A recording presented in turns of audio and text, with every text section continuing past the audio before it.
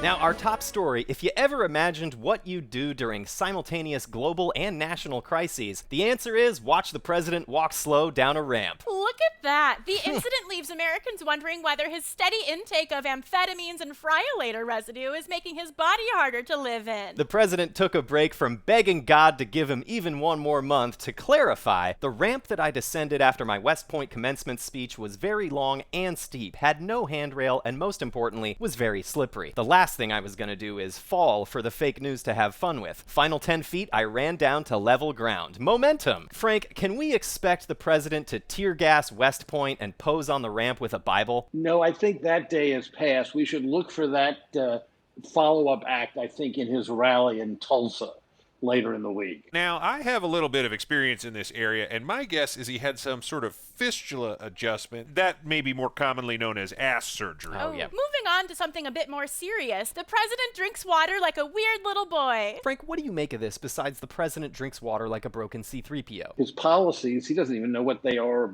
or remember them from moment to moment, and often contradicts them within a 24-hour period, whereas this is news you can sink your teeth into. We will continue the discussion during our 3-hour special called Rampgate, the Descent of Trust, a slippery descent to a downward spiral of trust. Brought to you by the budget we had set aside for an America Reckons with Its Past special.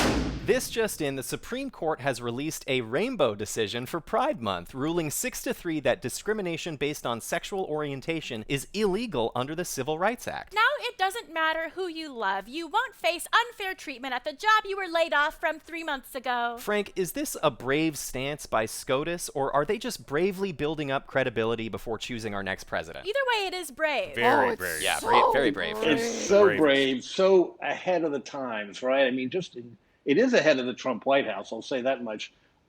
Good point about whether it's setting us up for the fall. I think when it comes down to it, Brett Kavanaugh will do the right thing. Oh, wait, I'm thinking of Tom Kavanaugh. Is Ed on the Supreme Court? Now to America's reckoning with its racial inequality. I've got to say, I'm sick of the media not talking about the millions of peaceful protesters and instead focusing on isolated incidents of destroyed property. Like in Atlanta. Oh, wow, a Yeah. fire. We are following the chilling story of a Wendy's restaurant senselessly set ablaze following a nearby police matter. Frank, we've struggled against how to cover this for 400 minutes. Isn't it time for systemic change to the news cycle? I think so. I think, for instance, it might be a good idea for people to actually talk more to the people who are protesting. I think you're referring to journalism, but with all due respect, Frank, what the hell does journalism have to do with news? Now, this brings us to a new segment we call Prove We're Not in Hell. And away we go. Frank, with over 100,000 COVID deaths and historic civil unrest, prove we're not in hell. I don't see too many silver linings, except I hope the election. Sure, but the election could be a trick of the devil, Beelzebub, thine who possesses the thorny cup. No, it is a devil's trick, and